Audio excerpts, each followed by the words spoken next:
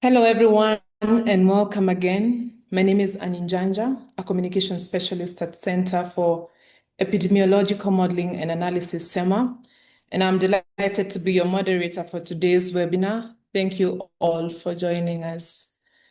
Today, we'll explore how data and modeling can drive progress toward global disease elimination, learning from practical applications and case studies that highlight their real-world impact.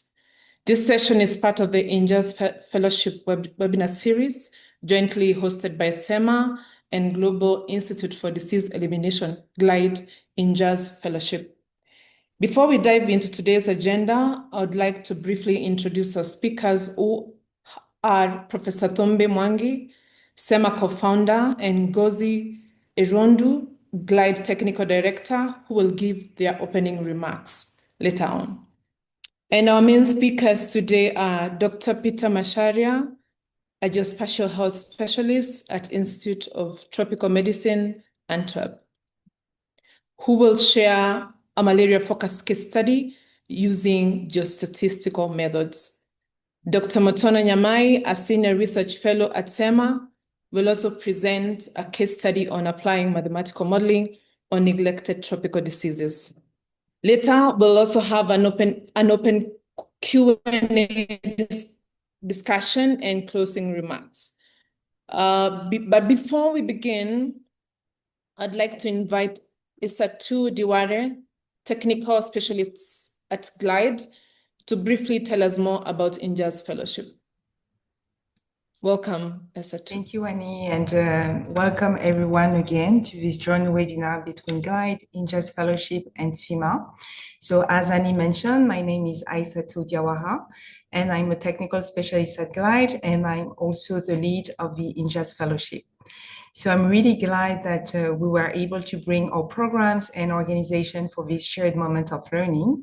So I would like just to give you a bit of background on the Injaz Fellowship that was launched last year to support mid-career professionals in deepening their knowledge, sharpening their leadership skills, and expanding their influence in global health and disease elimination. And the name Injaz means achievement in Arabic, and that's exactly what the program is about. And the fellowship supports GLIDE missions to build a strong skilled professionals to help advance global thinking and accelerate progress towards disease elimination. So with that, I will now hand over to Hani to continue the moderation. Thank you, Hani. Thank you, Isatu. To get us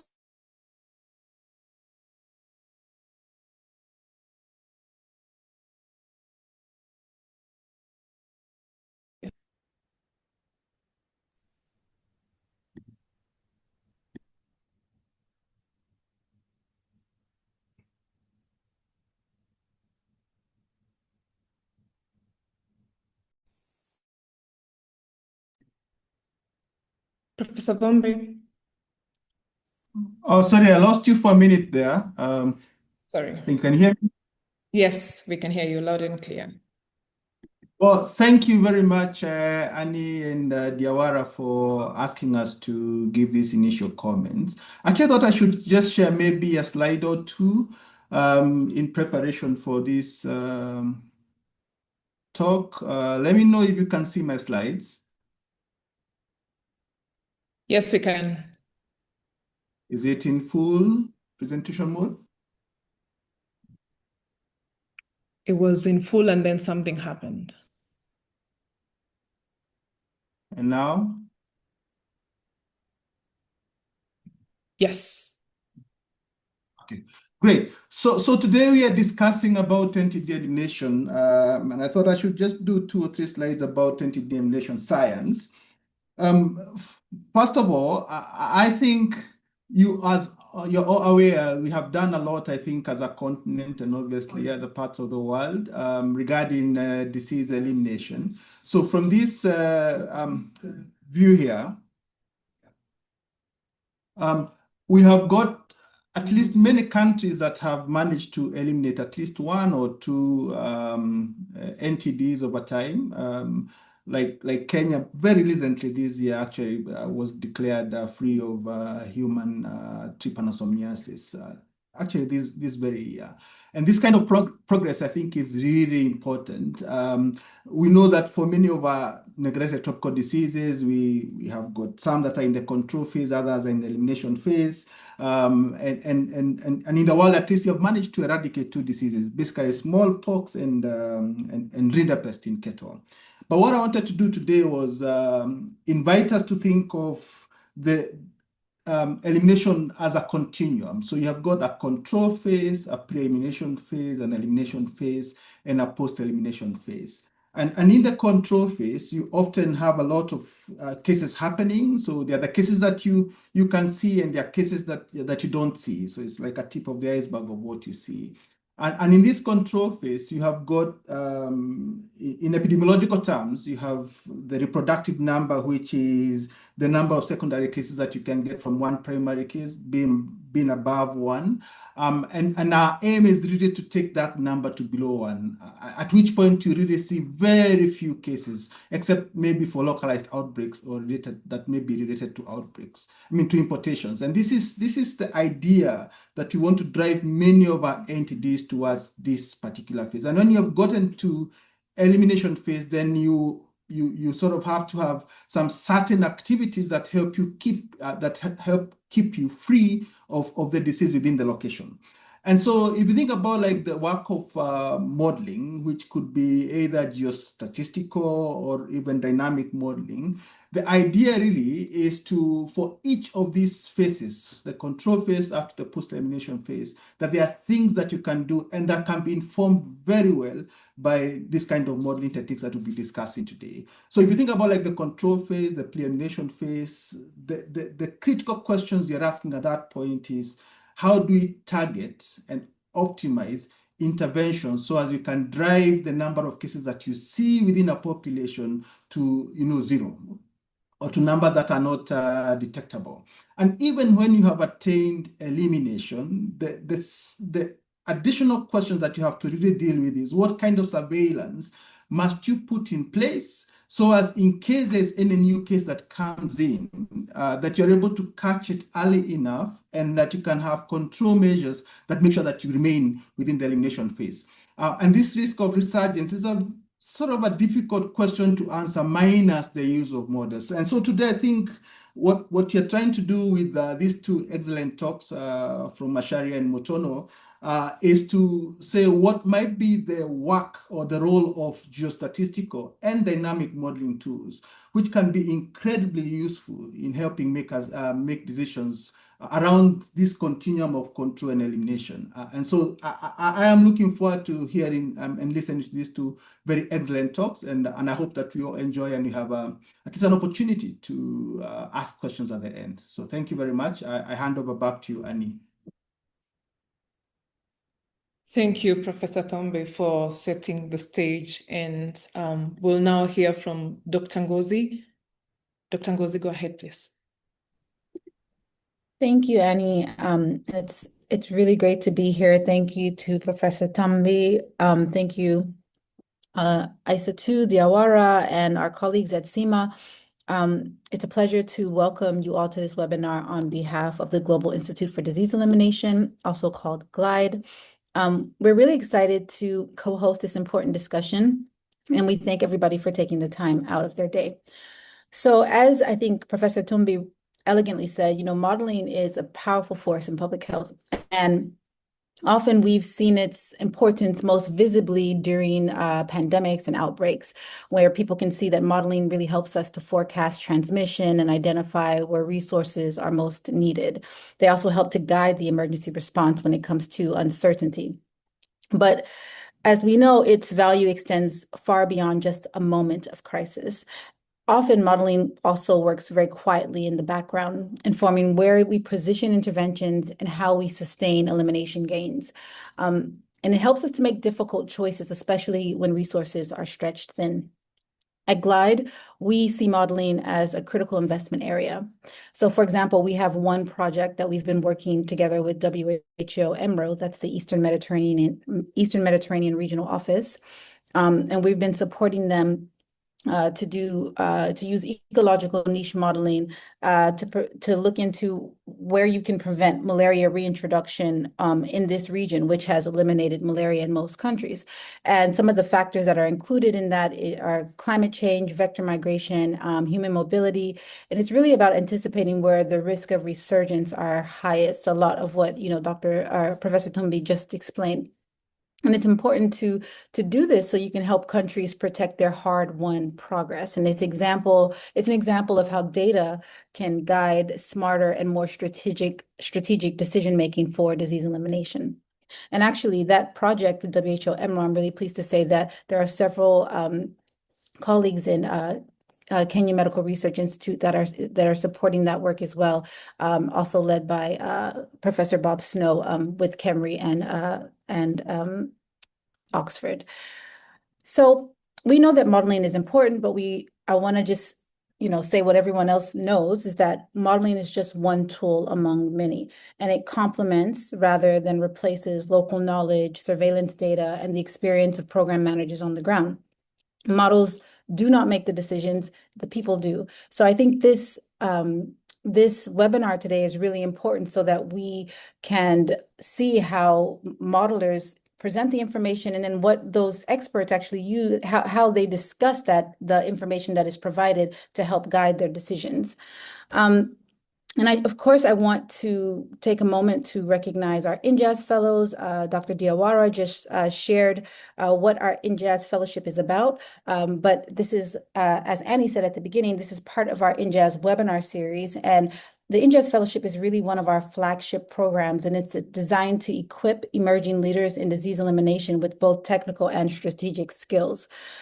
So among other things, our fellows are benefiting from webinars like this because they're learning what analytical and decision support tools are available to them to strengthen their leadership and to make better data-informed choices in the field. And I know that this is also what CEMA does, is ensure that, students, whether it's a University of Nairobi or practitioners like you and myself, are informed about how modeling can really help us, how it can be a tool in our toolbox when we're making important decisions for public health. So I look forward to the conversation. I am in gratitude to Dr. Nyamai and Dr. Macharia, who I had the pleasure of working with in a previous life. Thanks to both of you in advance for sharing your expertise and for all that you do to contribute to this important conversation. And I look forward to the discussion ahead and to hear how modeling and the insights provided can help each one of you on the webinar move from data to insight and from insight to action in the work that you do. Thank you. Thank you, Dr. Ngozi, for those remarks about how modeling and data underpin evidence-based strategies in global health. And now we'll move to our next session on case studies, and we'll begin with applying geostatistical methods in global health malaria-focused case study presentation by Dr. Macharia. Dr. Macharia, please go ahead.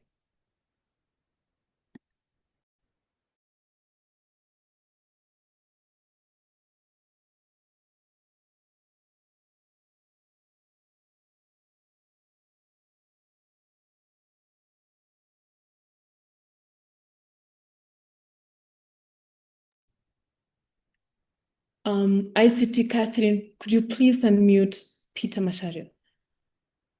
Perfect. Now, Awesome. Yeah. Thank you for the introduction. I'm going to share my screen.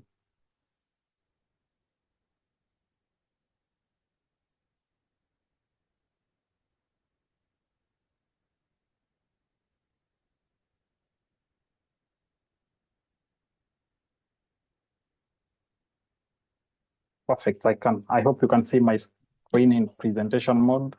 Yes. So thanks, Annie, Thumbi, and Ngozi for the perfect introduction. So here I'm going to share briefly in the next 20 minutes how we've been using geostatistical model in global health. And for the case of today, I'm just going to speak about malaria. But as we know, geostatistical methods can be used in a lot of applications in global health. But here is just malaria for today. And this is just a brief outline of what I'm going to speak about, why we do disease mapping, then deep dive a little bit in model-based geostatistics, then give a case study, and I'll have some few concluding remarks. And I want to begin here, like, why does it matter that we need to talk about malaria mapping, malaria modeling? And those in the field of malaria have already seen the World Malaria Report 2024. And if you see this map here, it's telling you that we have a lot of cases, and Sub-Saharan Africa, as we know, is left behind in so many things. And here is still the case. For example, in 2023, we had almost all the cases that were recorded, that is 94%, were in Sub-Saharan Africa. And almost all deaths that occurred due to malaria were also in this region. And more specifically, about 76% of all these deaths are in children under 5. So it matters to really think about this, given all these statistics. And these are not just numbers. Some child somewhere is dying out of this disease. So I like to share here why do the mapping? Why is it important, or why should we bother? And I think the first thing is to try and understand the prevalence at very high spatial resolution and temporal resolution, so that we can actually really see where the hotspots are, and then we can focus very targeted interventions to the areas that we need them. It could be like in pre-elimination phase, could be in control phase, but in all these phases, mapping is very key. And then sometimes you might want to know what is, for example, the role of covariates, or what were the role of the different interventions. So for example, say since 2000, what was the role of bed nets or IRS in terms of malaria control and elimination? So if you think in all this, you might have a different case study wanting to know one of these aspects, or you can have a study that wants to look at all these combined in a single study. And we are going to see some of these in some case studies that we have applied in the past. But maybe let's take a step back and think if these maps are actually useful for decision makers. There was some work that was done a few years ago here, and people in national malaria control programs were asked if they use maps and what they use them for. And they said most of the time they tend to use some model estimates or data from our routine systems or data from the DHS. And they use a lot these for targeting of interventions, or just justifying for why they need some finances, or they want some for some planning, that kind of thing. But most here 3 countries were asked, and it's only Kenya that time they say that they were using some model estimates. And some of the issues that were coming in the uses of this map is really understanding what is happening behind the data, so that they can own the process. And I like this piece that was written by Noor, about 10 key points. And one of the points he said is that country ownership is not yours to ensure.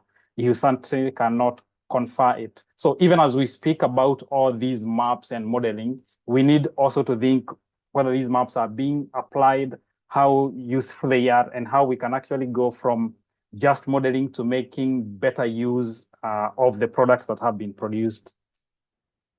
And if we go to the beginning, what data sets then do we need to do a modeling, and in this case for malaria?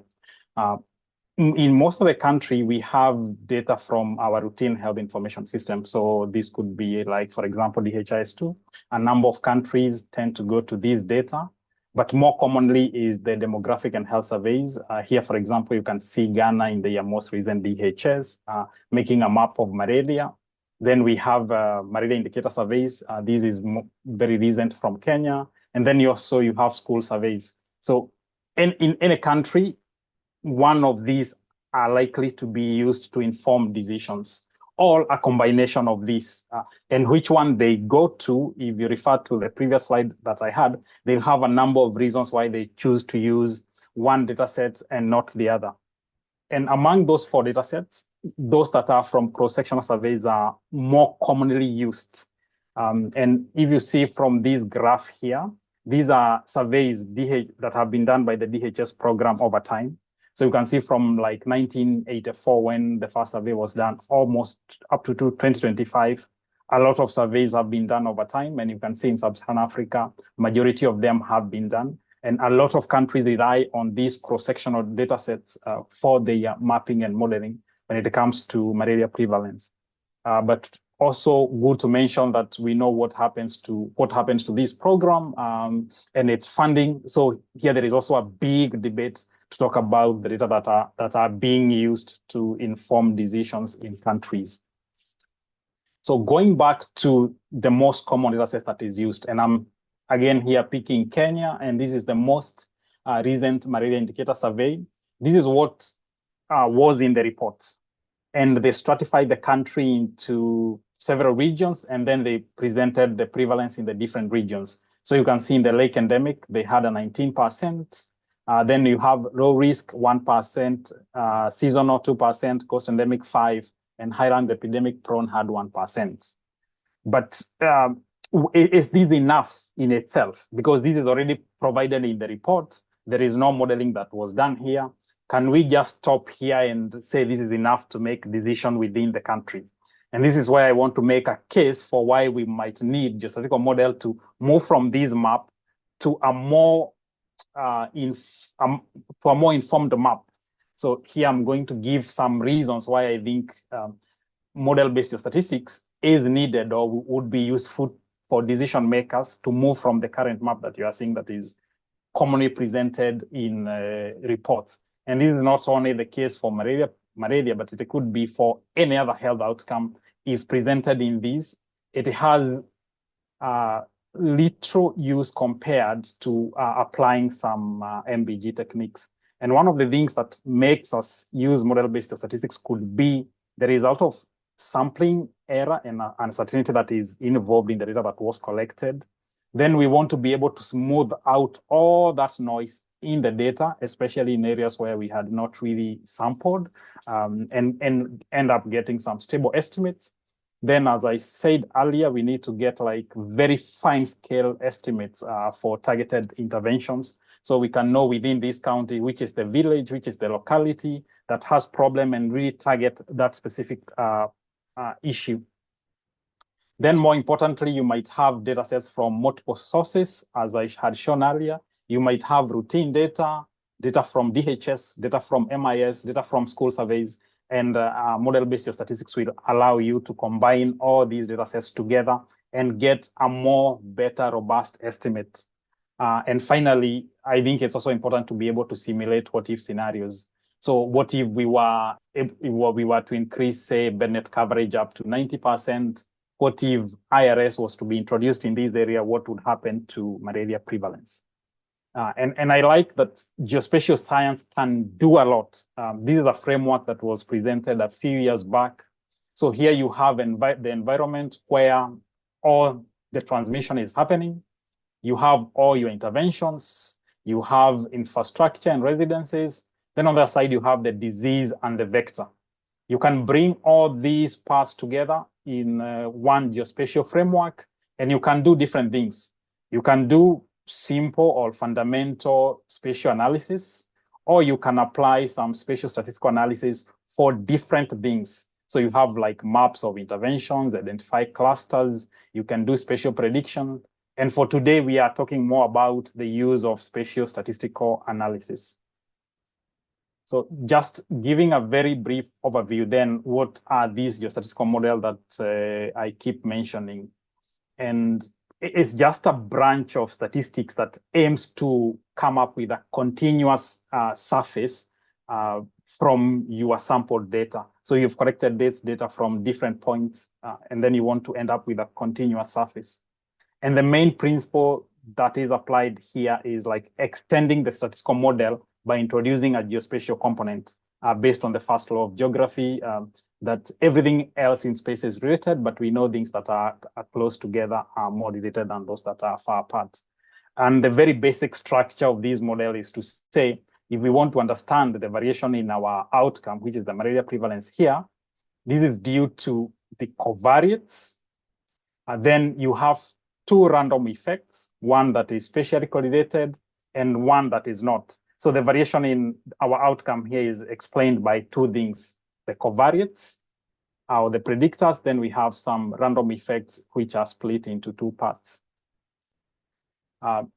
So assume you've gone to the community, you've gone to households located in a certain geographic area, then you've gone, for example, maybe to children and taken a sample of the blood and you've tested whether they have a malaria parasite in their blood. Then out of those, you have a number that have returned a positive outcome. So you'd be able to make such a map. These locations could be the households. Then the proportions that returned a positive outcome in each one of those locations. And this location could be a combination of households. So this is a cluster. It could be 20%, 0%, 30%. So this is the data that you are able to present after your field work. And for example, this is East Africa, and this is a combination of many data sets. Then comes the model that we want to use.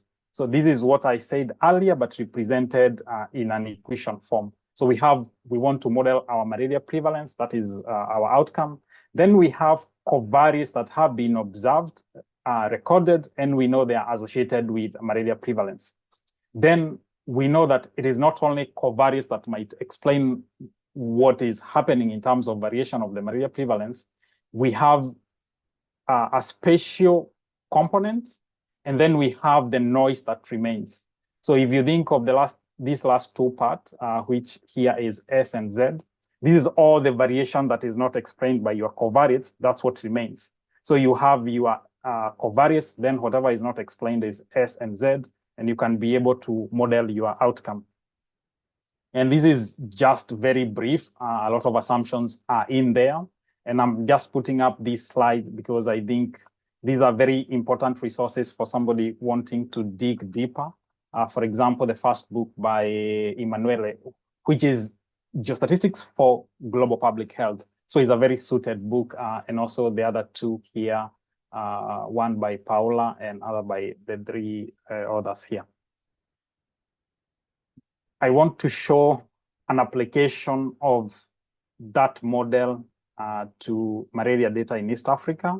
And here, this is a paper that was led by Alegana and a group of people from Kemri Wellcome Trust. This is the data that I shown earlier, that we want to be able to interpolate in space and see what is happening in all the unsampled places, and then use that data to make some informed decisions. As I said earlier, we need covariates. So the malaria transmission is not happening in a vacuum. A lot of things are going on. On one side, we have the environment, then we have the household or the compound within a household within a compound. So for example, you have like ponds somewhere where it can encourage some larval breeding. Then within the community, there are some outdoor activities happening, or whether you are protecting yourself, the kind of household you are living in. So there is a lot of things that are surrounding malaria transmission, and we would want to be able to capture this through covariates. So you can imagine this landscape here, including the weather and climate, being captured in terms of geospatial data sets. And this can be many, they can be a lot. So like temperature, demographic factors, humidity, and a lot of work has already been done in this space, thinking about what covariates should be used when we are modeling malaria prevalence. Here, work by Weiss, there is work by Julius, some work with Emmanuel here, just looking which covariates should be used, how should they be used, what is their role? Is it to explain? Is it to predict? You can have a look at these papers to understand this space more. But at the end of the day, we want to come up with a set of few parsimonious covariates that are able to explain our outcome. And these are the covariates that were tested in the East Africa case study. So on one side, you have your data here. Then you have your geostatistical model that I showed earlier, which also includes a set of parsimonious covariates. You end up with this map from these household or clusters of households. you end up with a continuous map that now speaks a lot, with blues showing low prevalence and the orange and the reds showing very high prevalence. You can already start to see some hotspots and thinking which area should I think of taking more interventions, or which areas should I think of going to pre-elimination phase. And if you are to get to a decision maker who says, okay, I don't understand your continuous map, I want my map in the areas that are used to make decisions. For example, these might be counties or sub-counties, districts or councils in Uganda. And if this is what they understand better, you can be able to share this kind of map. And this is not the only aggregation unit. You can even go lower, but the lower you go in terms of your administrative unit, the more uncertainty you are likely to get. And here I wanted to touch on areas that say are very low, and these are less than 1%, and this is the light yellow color. And here, if you do like blanket application of interventions, you might be wasting your resources. So you might want it to be very focused. So for example, it might be in this swath that is yellow to go to pre-elimination phase, but that has implications. So we need additional resources for early case detection. We need to be able to do very fine resolution mapping, even lower than 1 kilometer spatial resolution. We need a very robust HMIS. So whatever decision you make will have implication. But the areas that are very dark here, brown, we might think, okay, this is the areas that we need to take our vaccines. These are the areas that we need to try new interventions. It's suggesting that whatever we are doing is not enough. So this map, it is showing the whole continuum, like from the very high to the areas that you need to be doing some things leading to elimination. I want to a little bit focus on the areas of low transmissions. In the map that I showed earlier, you are able to go a step further, not just show the map that was in the previous slide, but how sure are we that the areas were less than 1% are actually less than 1%. So non-exceedance probability, the probability that this area does not exceed 1% in terms of prevalence.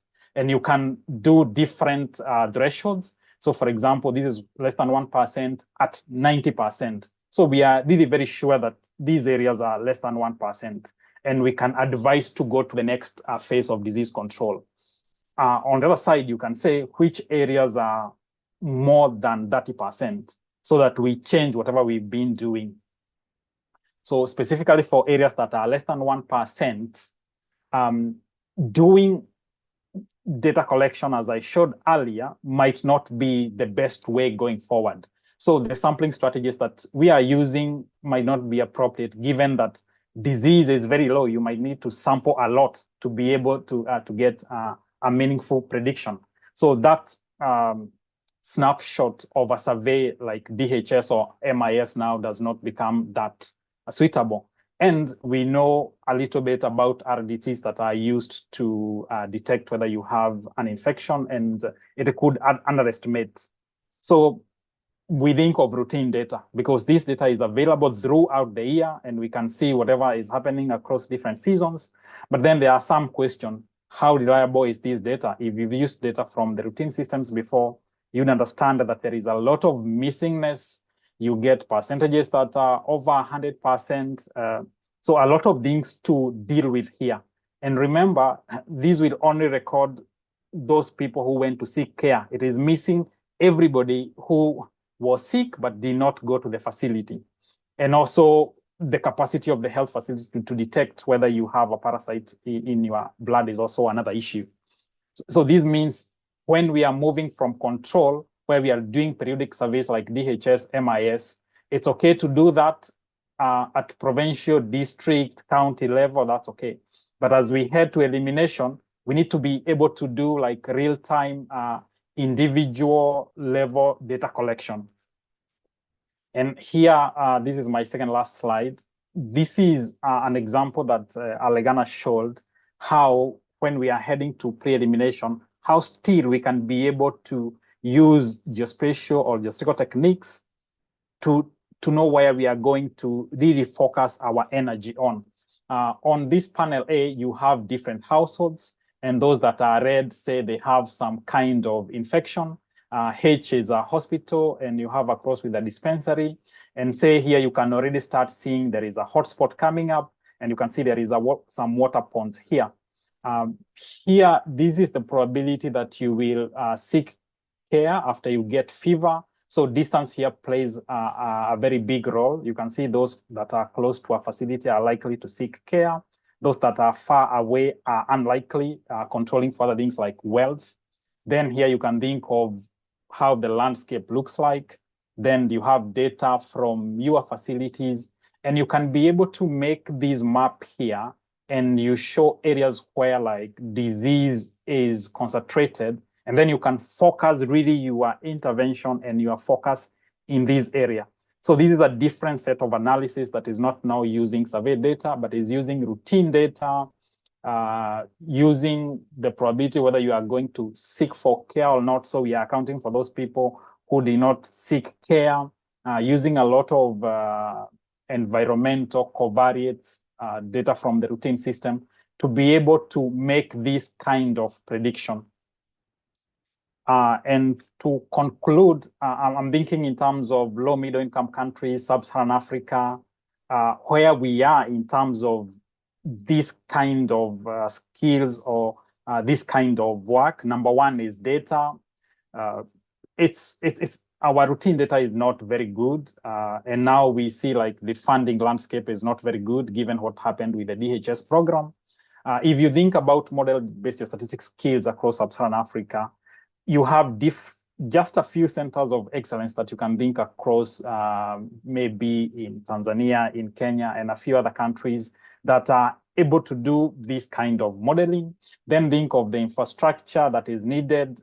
If you are doing this kind of modeling for the entire of sub-Saharan Africa, you need a lot of resources, which is not well distributed across sub-Saharan Africa. And now this is very key, coming to what I said when I was beginning. How do we communicate these? Are decision makers going to accept these? Are they going to be part of this process? And finally, beyond just a program coming for 3 months or 3 years, then after that, it goes. So you support the country for a few years. Then how are you going to make these programs sustainable so that it becomes part of our routine decision making? And I think that's my last slide. I think that's what I could be able to share given the time limitations. Back to you, Annie. Thank you so much, Dr. Macharia, for sharing that insightful presentation and for highlighting the power of data and spatial analysis in advancing disease, and in this case, malaria control. Dear participants, please use the chat to post your questions. Also, you can keep them a dedicated Q&A session. And now into our second presentation. We're now moving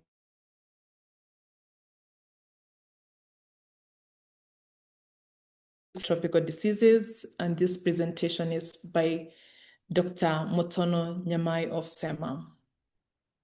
Welcome, Mutono.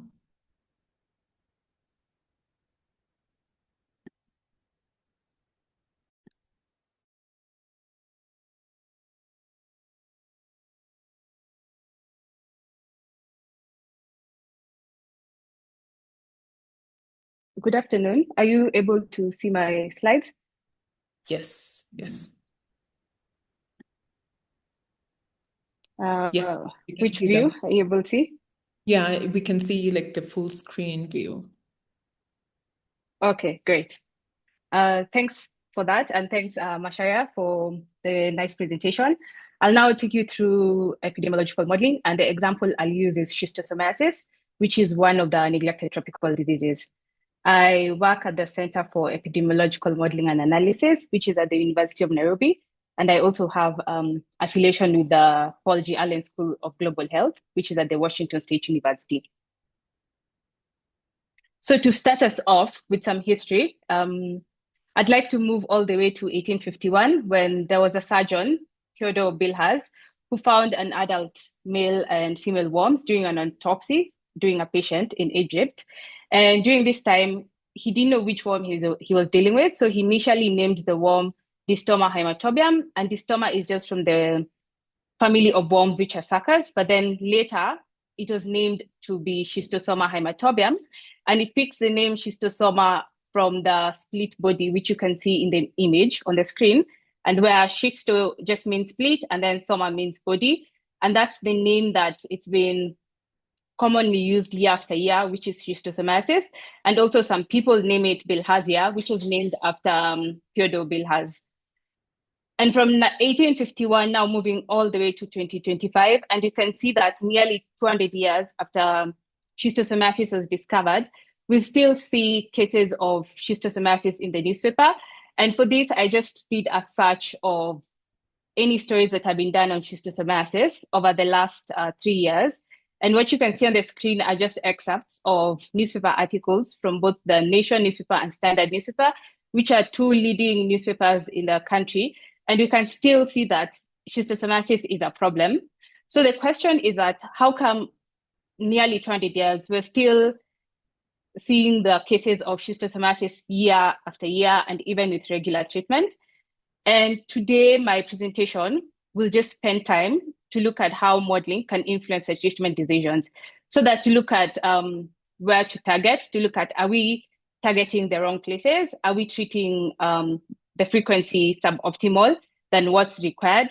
And with this, we'll be able to provide evidence that generates towards showing how we can actually break transmission. I'll start you off with the life cycle of the disease. And this, we can start from where people uptake the infectious larva of the worm, which is called Macharia, from the environment, either through when they step into water that's contaminated with this Macharia, and they penetrate through the skin, and then grow into the human hosts, become worms. And from there, they start they copulate and produce eggs. And when the eggs are shed from the infected human into the environment through poor sanitation, then they end up being miracidia, which are taken up by the snail, freshwater snail, which acts as an intermediate host. And after a while now, it releases the Macharia, which is the infective larva, into the environment, and the cycle continues. The interventions that are seen to stop the transmission. So one is through the mass drug administration, which kills the adult worms, but it does not provide any immunity or kill the juvenile worms. And also there's the improved water and sanitation and hygiene, which tries to ensure that the eggs are not shed into the environment, but also people don't take up the worms from the environment. And there's also snail control and behavior change. And even with these 4 interventions, the main intervention that is currently used is the mass drug administration with praziquantel. There has been different species that have been seen for schistosoma, and we can see that there's the 2, that's the Schistosoma mansoni and haematobium, which are found in the African continent, but also we've seen the Japonicum, which is found in the Asian continent, and Mekongi. And for this presentation, I'll focus on the 2 which are the public health concern in the Africa continent, that's mansoni and haematobium.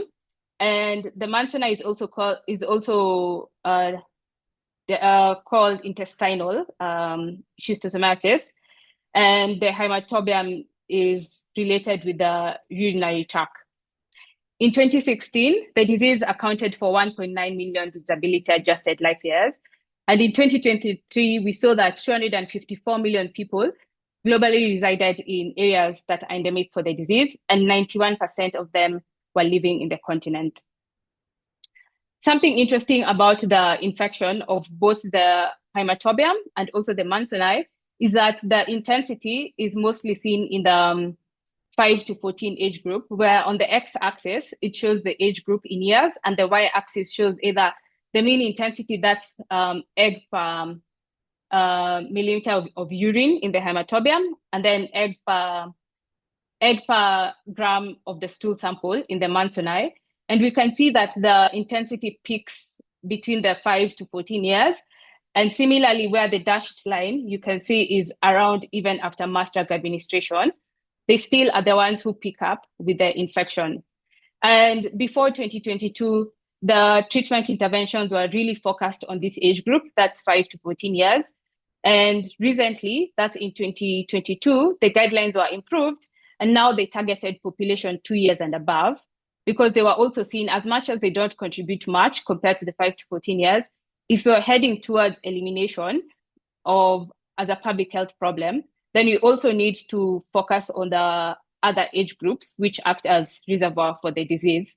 And so the guidelines were improved to show that, one, you first needed to do baseline prevalence of the area. That means you collect either stool or urine sample and test for the check for the eggs in the sample for population. And with this, you would use the school-age children to ascertain the prevalence of the population.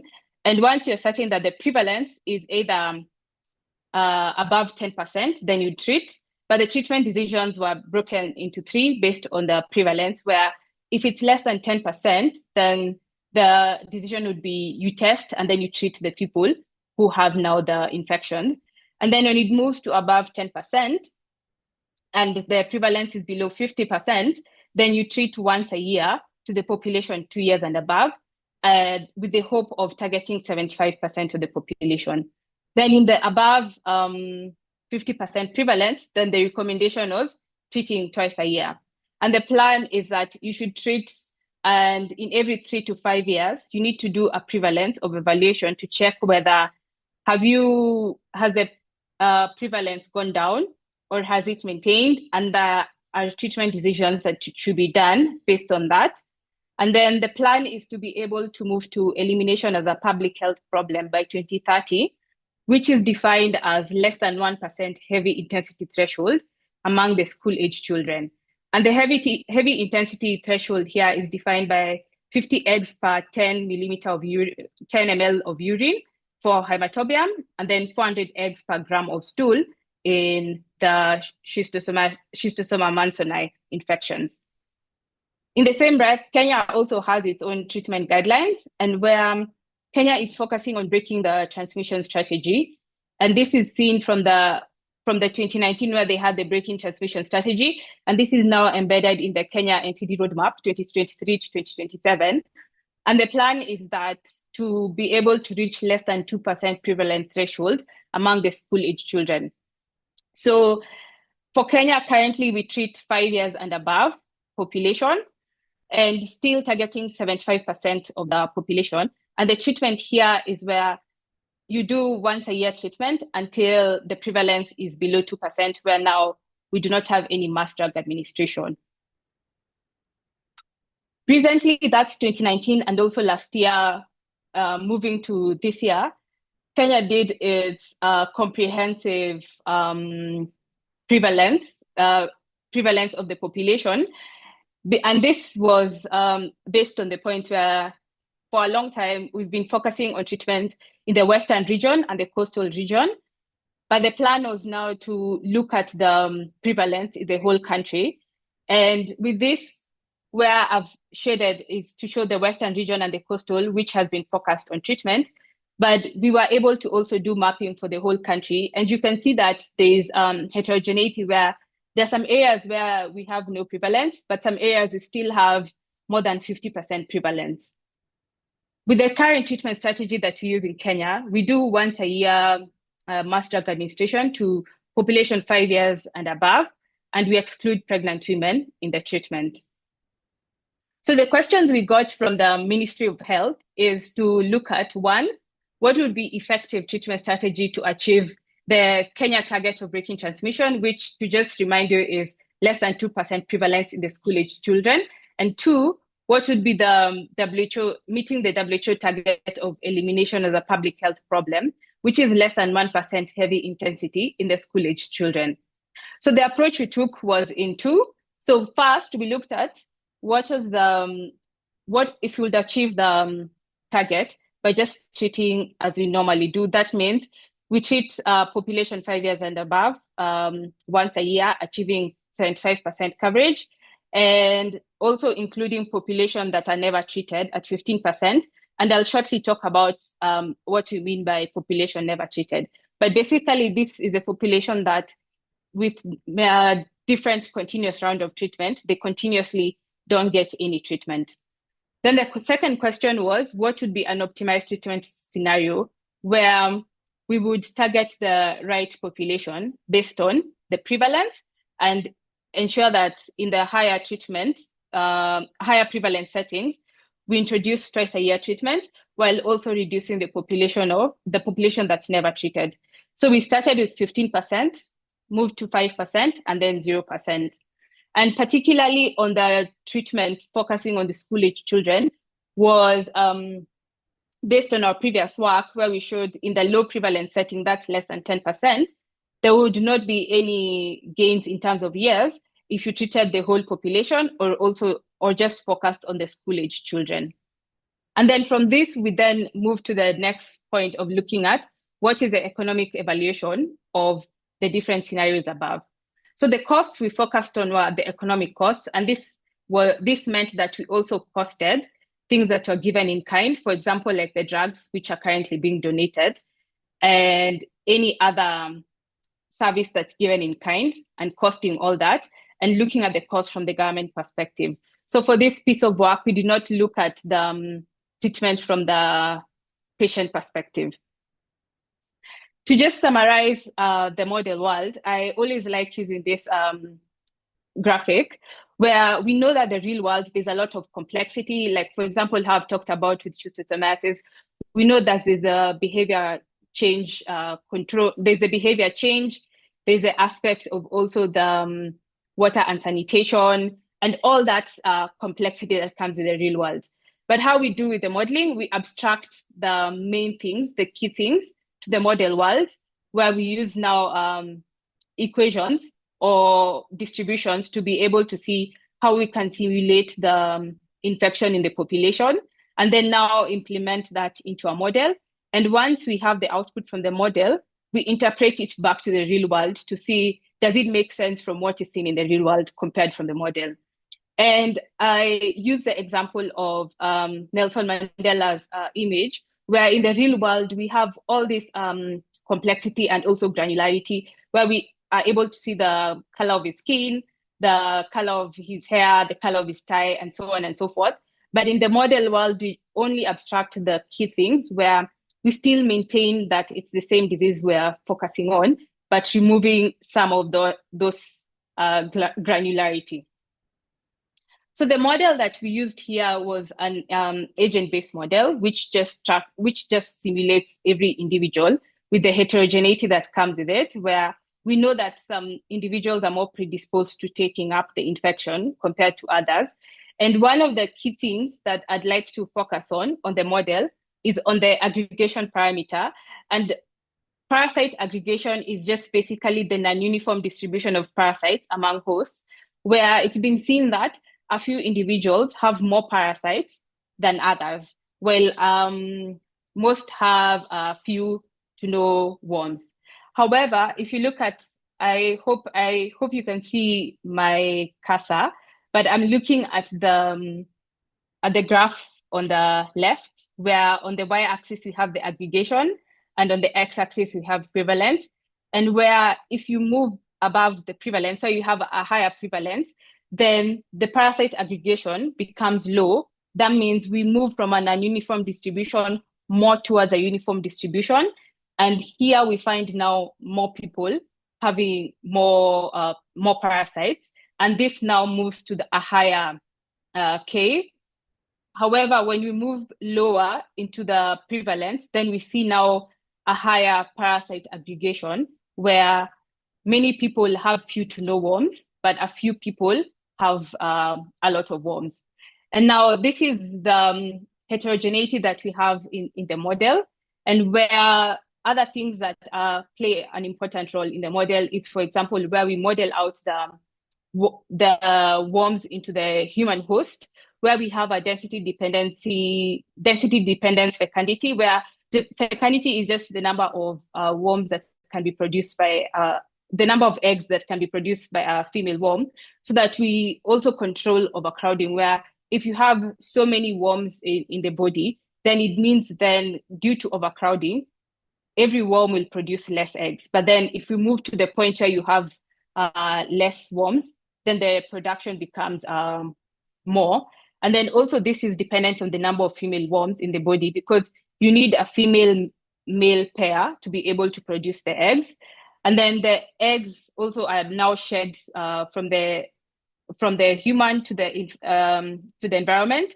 And in the environment bit, we do not explicitly model this. And this is because there's a really short time period from the point where the miracidia are shed into the environment and then being taken up by the human. So we just start with a set predefined number of Macharia in the environment, and then the cycle continues. We have some model assumptions that we have. So one I've mentioned, where the miracidia and Macharia are not included because of their short lifespan. And then the other one is on the treatment, it reduces the worm burden at a one-time event. So there's no immunity that's created, such that if individual was treated today, and then maybe the day after tomorrow, they then went to a freshwater body that has Macharia, then they're able to take up the Macharia, and then the cycle continues. I'll dwell a bit more on the model assumptions that we had. So one is where some individuals are more predisposed to uptaking the Macharia. And one of this where I mentioned is where children 5 to 14 years based on their age, but also based on their livelihood, where people, for example, who do fishing, like the fishermen, are more predisposed to taking up more because of their livelihood compared to others who are not interacting with water bodies a lot. Then the second, as I earlier mentioned, the rate of exposure is highest in the children 5 to 14 years, who in other literature, they refer to them as school-age children. And here I just use the acronym SAC. Then the third one is the individual's predisposition at their end, and access to intervention are fixed for the remainder of their life in the population. So if we say that geographical access to the intervention is 100%, then that is set. However, if we only have a small proportion of people who have access, let's say 50%, and if someone falls out of the 50%, then the access to intervention is fixed for the remainder of the period. Then I mentioned on the MDA treatment with no immunity, but then the next bit I want to focus on is the economic assessment that we did in this work, is where we used the routine programmatic data to determine the cost of delivering drugs to an individual and calculated this for the population. Mentioning now back to the population never treated, I'd like to use this graphic that you can see on the screen, where if I start with the first column, if we say that we treat 75% of the population with everyone adhering to treatment, then we randomly pick people who will be treated. But that means if you are randomly picked to be treated in this round, you will not be treated in the next round. But after 2 to 3 rounds, it means everyone has received treatment at least once. Then now in the last bit is where I want to focus on, which is on the systematic, the last column, where if someone is not receiving treatment, then the treatment will only focus on the people who are in the blue shaded area. So if you fall out of the blue shaded area, that means during the whole period, even when others are receiving treatment, you'll constantly be excluded in the simulations that we're doing. So based on that, because Kenya has both the Schistosoma mansoni and also Haematobium, we then did simulations for both, because some of the parameters are different. And with this, we saw that if we did the elimination as a public health problem, focusing on Schistosoma mansoni, where we looked at low prevalence all the way to high prevalence, we saw that if we continued with the current blanket treatment that we're using, where everyone just receives treatment once a year with 15% never treated, then we saw that in the low prevalence settings, we're able to achieve elimination where it's in the dashed line. However, when we move into the higher prevalence threshold, where you see the red line, we'd see that it would take us a long time, almost 16 years, to be able to reach that target. And in hematobium, it take us longer. So combining the two, then it meant that it would take more than 20 years to be able to reach the elimination as a public health problem. To be able to accelerate this, we saw that in the higher prevalence settings, if we focused on having the reducing the proportion of the population never treated to 5% or less, and including twice a year treatment, then this would accelerate the achievement of the target, reach this in less than 20 years. And I'll show this later with the precise numbers, years, with now the costs. Then now, when we move to the hematobium, we saw that even with the blanket treatments that we are having in Kenya, we would only achieve that in the low prevalence and the moderate prevalence in the lower band. But then if we move to the high prevalence of 50% and above, it showed that with the red dashed line, it will take us more than 20 years. And if we wanted to accelerate this, achieve this within 12 years, then it meant that we have twice a year treatment in the higher prevalence and reduce the proportion never treated. Now coming to the economic cost, where two things stood out. So one, for the elimination as a public health problem, if we did as is, the current treatment strategy, it would cost us more than $19 million US, and it would still mean that even after the 20 years, we'd still continue treating. However, if we move to the optimized strategy, where we have twice a year treatment in the higher prevalence and reduce the proportion never treated, then it will take us 16 years and we will spend $7.1 million. And that meant 63% lower in cost. And secondly, for the breaking transmission strategy, it would still be high in the current blanket treatment. However, moving to precision treatment, where we focus on treating twice a year in the higher prevalence settings, it would cost us less, but also would be able to achieve the target in less than 20 years, 16 years to be precise. However, we know that we have a change in funding landscape, and this graphic that you can see on the screen is work that has been done by my colleague, Dr. Hoya, and it focuses on the funding donations. And you can see in 2025, we've gone down from 126 billion to 54 billion Kenya shillings. And this means that there's a change in funding landscape. And I saw this document that was released last month, and it's called America First Global Health Strategy. And one of the things that stands out, which I've highlighted, is that they say that for there to be a successful foreign assistance program, the program does not only need to look at how to deliver the concrete results, but it should also ensure that it's integrated into our country's healthcare system over time, so that we don't have siloed programs which are not embedded into the healthcare system. And so the next steps of this work, we wanted to look at how would it look like if we integrated the mass drug administration campaigns into the healthcare system, because currently they just do a campaign where over a week they say that they're going to treat both children and adults through the community health care program. But then looking at it, what if we embedded it into the current healthcare program, where the healthcare community health promoters go to visit households once every 6 weeks.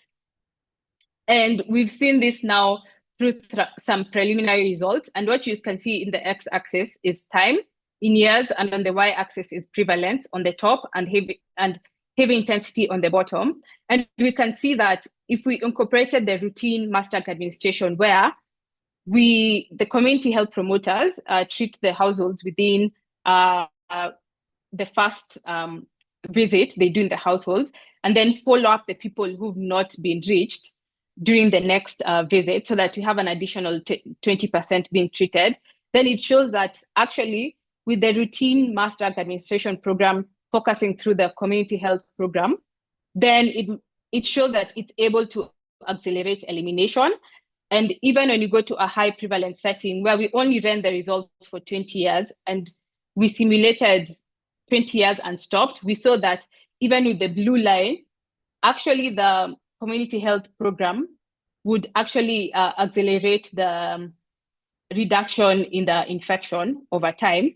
And the next steps of this work, which is very preliminary, is to be able to run the analysis both in the high and lower treatment settings, and also look at the economic costs of the program as a campaign compared to a routine program into the healthcare system. And I'll finish it off by acknowledging all the different people who've been part of this work, because it's been more of an concerted effort. So thank you, and back to you, Annie. Thank you, Dr. Mutono, for sharing that comprehensive example, showing how data-driven models can help optimize intervention strategies and improve resource allocation in disease control efforts. I think both presentations highlight how modeling can guide real-world interventions and policy decisions. Now we transition to the Q&A session. Post your questions in the chat or unmute to ask.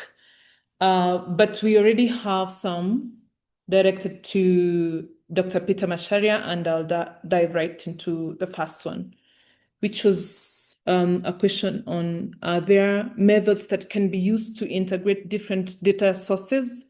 For example, routine surveillance and cross-sectional to generate these kinds of maps.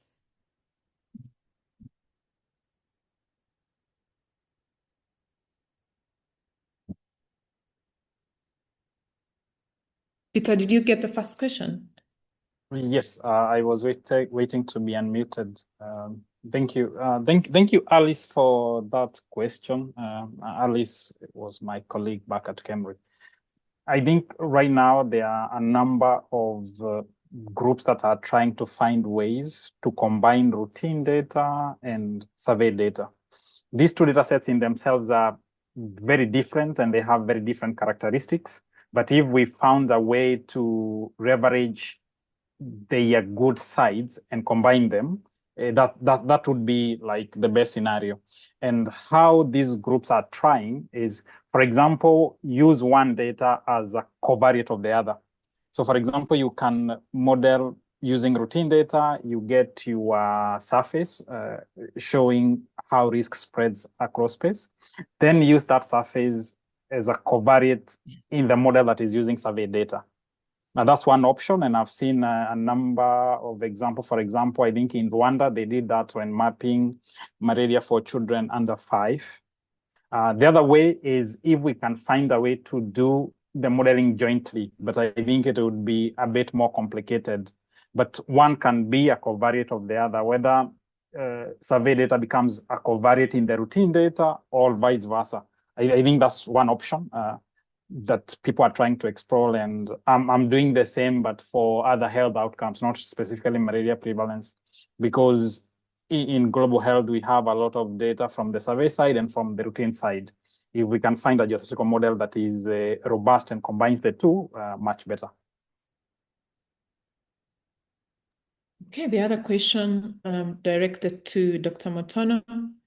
Overcrowding of worms reduced eggs production. What is your reflection about the test sensitivity and egg excretion impact on the model? Thank you for that question, John Bosco. And yes, there has not been good sensitivity of the current diagnostic tool that's used for schistosomiasis. That has been the CATOCAT.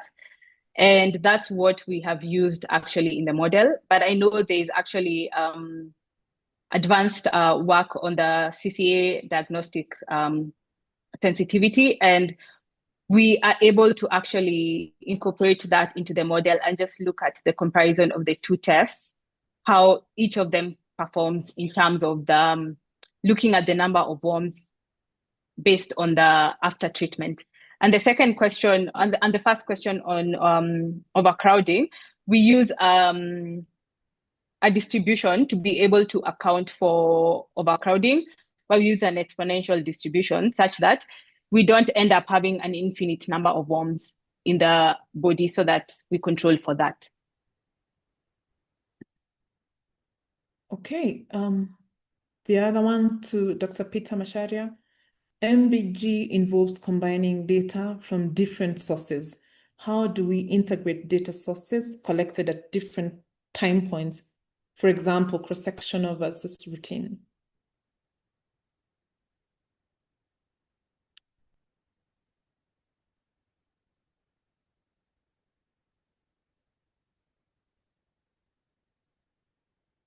Dr. Peter? Okay. Sorry, it's the muting issue. So I think that question is linked to what Alice had asked about combining data from different sources. But on the next part, you can do either a spatial model or you can do a spatial temporal model. And a spatial temporal model allows you to put data that has missingness in space and in time also. So if you have missing years, depending on the characteristics of your data. And I think that's the beauty of these geostatistical models, that they are able to fill in the gaps in time and the gaps in space by using the existing data and the covariates. And then you can do that survey data independently and routine data independently, or you can have a model where one is a covariate of the other, whether spatial or temporal. But as you move from spatial to temporal, the complexity increases and the number of assumptions that you need to make. And maybe you can combine that with, is there a way to account for recent migration patterns in cases where data is not collected on a regular basis? Yeah, so I think now with the big data, especially say data from mobile records, so one can see the movement, for example, of people who go and spend, say, a whole week in a place before they come to the routine places of residences. I think with such data, we are able to add that covariate, or in whatever manner we think it's affecting the transmission dynamics in our model. I think the big challenge has been more of getting migration or mobility data, but big data is in a way trying to fill that gap. And I think years to come, we are going to see increasingly now mobility or migration data being part of the modeling framework compared to maybe like the past decade. Okay. And to Dr. Mutono, what strategies do you employ to reduce the population proportion never treated with MDA for schistosomiasis? Do the cost estimates in your model reflect the additional costs of the community health program and the tracking down of the never treated? Yes, thank you for those two questions. So one, on the costs that we have estimated, we unfortunately have not included the costs of actually tracking the proportions never treated. And that's future work that we need to do so that we get the actual costs and explicitly show that if you were actually accelerating towards elimination by involving the population never treated, then maybe it would actually cost you more or less, because for now we don't have those costs. Then the second bit of how you track down the population never treated. And so the one, it would be understanding why they're not adhering to treatment.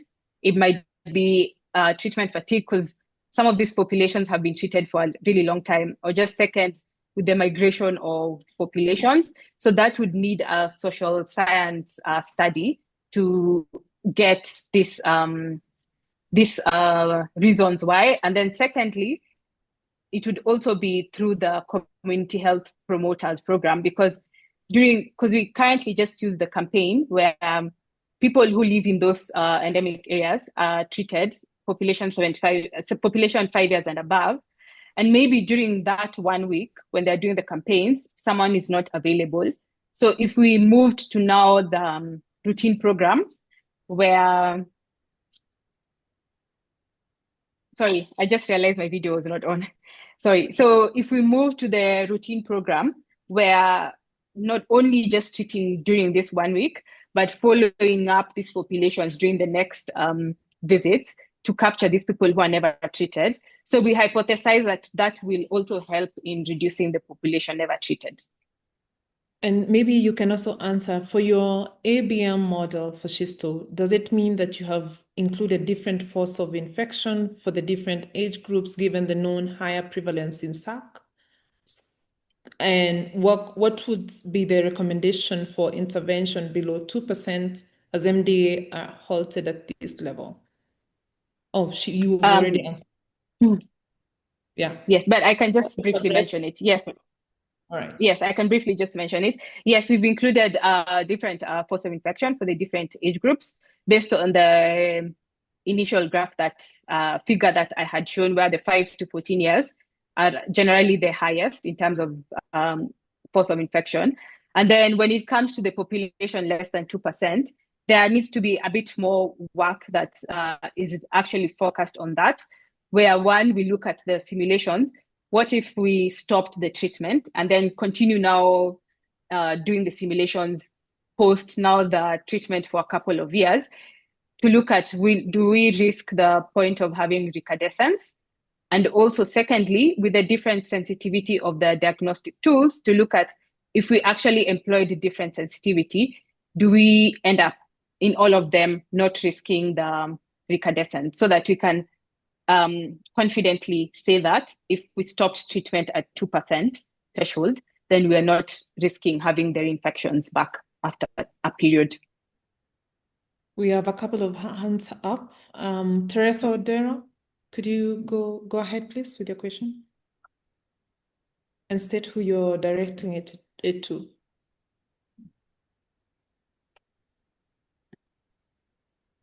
Teresa or anyone else whose hand is up.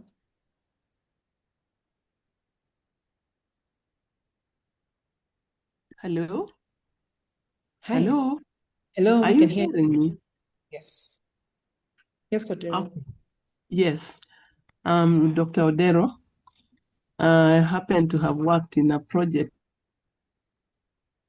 that was dealing with schistosomiasis quite some time back. And one of the main areas they had to put a lot of effort on was health education among school children, and how they would practice the health education messages that they have received. In your presentation, I did not hear much about health education in this field.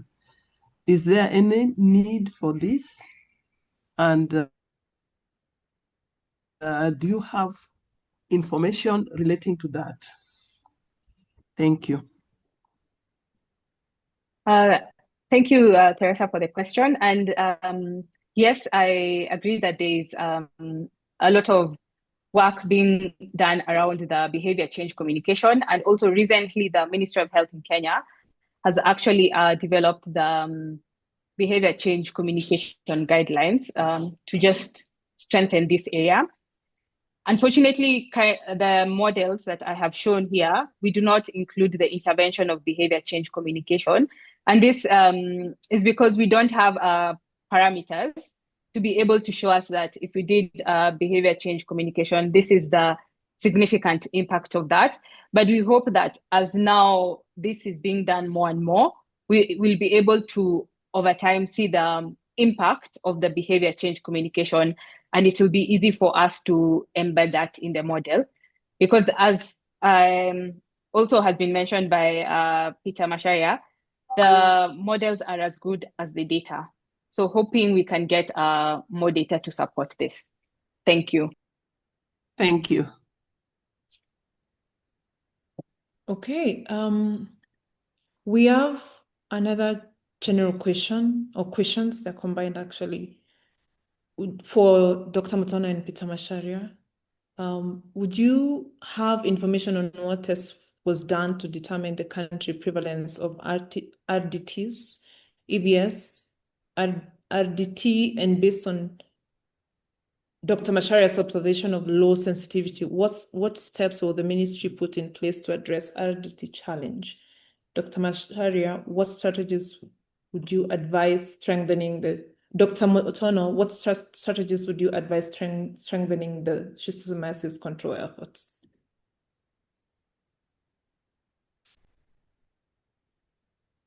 If I got right on the question of RDTs, the question is how to deal with the low sensitivity.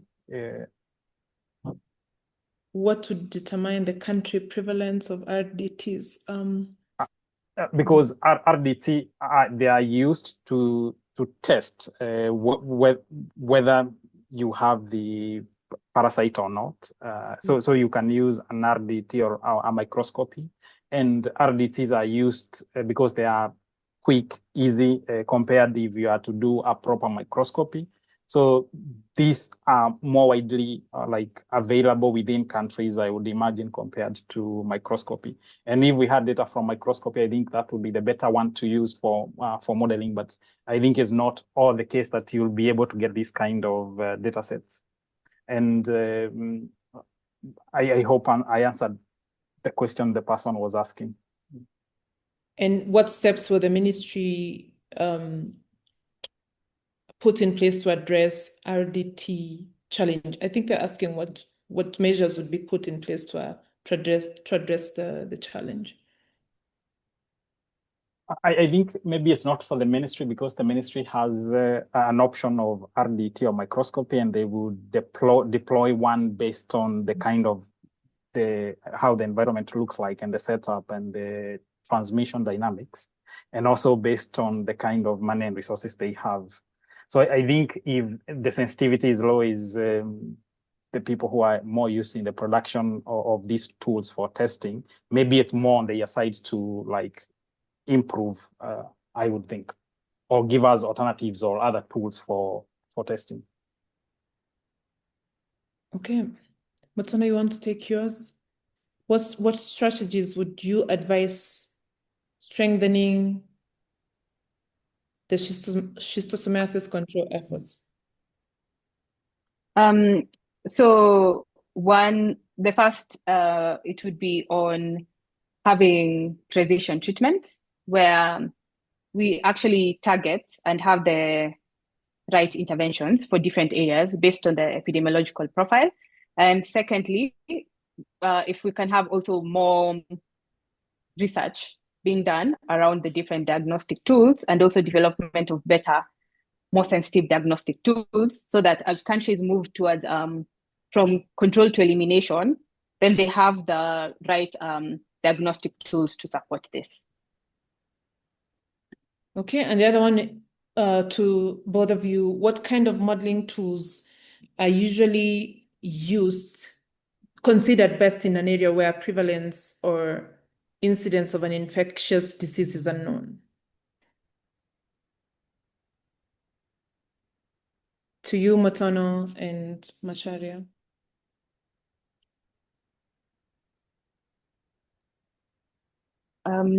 So, as I earlier said, the models are as good as data. So if the infectious, let's say the prevalence is unknown, then it would be nice to also now start off from literature to just see, based on the different prevalence that are found in different areas, if that can guide you, but also the connection now, especially from the model-based geostatistics, which Peter Macharia has talked about, and he's able to talk more on this, how now they're able to provide the prevalence at a lower level, and then now the output of that becomes the input for the epidemiological models. Yeah, it's a complex question, given that if you really don't know what the prevalence or incidence of a place is, where do you start? But if I go back to the very fundamentals, I would think maybe we need to do a survey. We need to do either based on literature, if we can find something connected to those settings, or start with some kind of a baseline survey, because it's very hard to do something in an area if you are very blind about the incidence or prevalence in that area. I think that would be my take if I have such a setup. Okay, thank you so much for the very many questions, but we don't have so much time left, and please feel free to reach to us via our social media or the email address. And if you have any pressing questions, we'll ensure that they are answered. But thank you so much for your engagement. Yeah, so thank you so much, Dr. Mutono and Peter Macharia, for the insightful presentations. And now I want to, before we end the session, I want to invite Asatu again to give our closing remarks, and then I will go ahead and end the session. Thank you, Annie. So I would like to thank everyone for joining today, these important sessions. And I would like also to extend my sincere gratitude to our speakers today for their insightful presentation, and as well to CEMA for co-hosting this very important webinar. So today's conversation reminded us that modeling is more than just data. It's a tool to guide smarter evidence-based decisions that can accelerate progress toward disease elimination. So I really encourage everyone, especially our Injaz fellows, to reflect on how these lessons can be applied in your own work and context. So thanks again for joining, for your engagement and participation. Over to you, Annie. Thank you so much, Asatu. Thank you, CEMA. Thank you, Glide, Injaz, and to our speakers and participants for their thoughtful contributions. This seminar has underscored how data and modeling are no longer optional tools. They are fundamental to shaping effective disease elimination strategies. And we hope this session has deepened your understanding on how data and modeling can accelerate progress towards the global elimination of diseases such as malaria and neglected tropical diseases like schistosomiasis, and inspired continued collaboration across sectors. Thank you once again, and we look forward to seeing you in our next session. Thank you. Bye, everyone. Thank you, Annie. Bye-bye.